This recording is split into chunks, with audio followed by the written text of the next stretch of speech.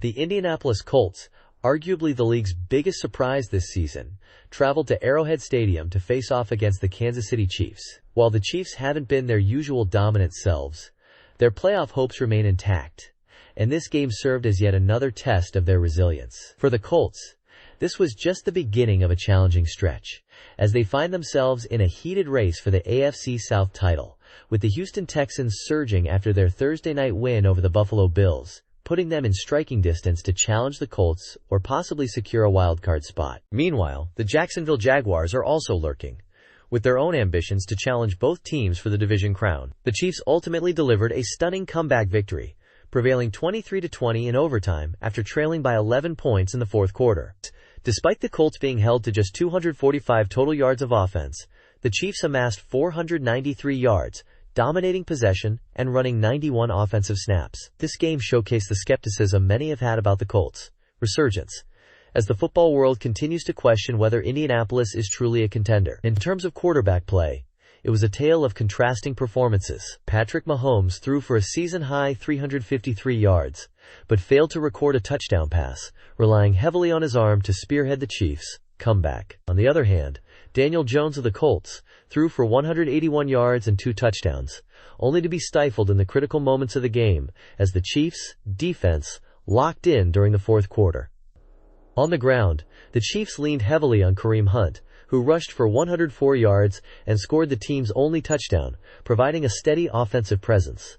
However, it was the Chiefs' defense that ultimately dictated the dramatic ending. They completely shut down the Colts' offense, forcing 4 consecutive 3-and-outs in the fourth quarter and overtime. With the Colts unable to generate any offense, Harrison Butker tied the game at the end of regulation, and then sealed the win with a field goal in overtime. This game highlighted the Chiefs' ability to grind out a win even when their offense isn't clicking on all cylinders, while the Colts' inability to finish strong raises questions about their ability to close out games under pressure. Perhaps the Kansas City Chiefs are once again proving that you can't count them out. As reigning AFC champions, they've shown that to defeat them, you must truly knock them out.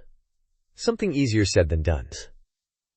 Even when they're not firing on all cylinders, they have the grit and resilience to pull out a win, making them a dangerous playoff contender. For the Indianapolis Colts, despite this being only their 3rd loss of the season, the critics remain skeptical.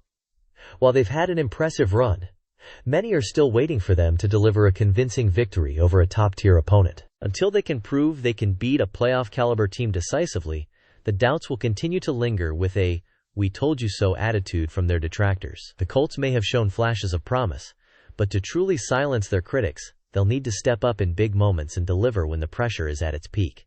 In the first game of the week, on Thursday night between the Buffalo Bills and Houston Texans, the Bills controlled the ball for 32 minutes and 22 seconds, while the Texans held possession for 27 minutes and 38 seconds, despite the Texans coming out on top. This game is a perfect example that time of possession alone doesn't tell the whole story. It's about points and effective drives.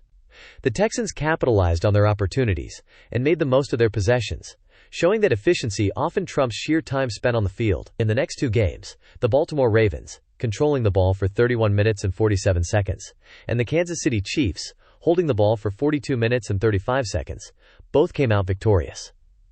While the Jets held the ball for 28 minutes and 13 seconds, a narrow margin from the Ravens, 31 minutes and 47 seconds, the Chiefs nearly doubled up the Colts, who held the ball for just 25 minutes and 28 seconds. These teams illustrated that controlling the clock can be a winning strategy. But it's not just about holding onto the ball for long periods.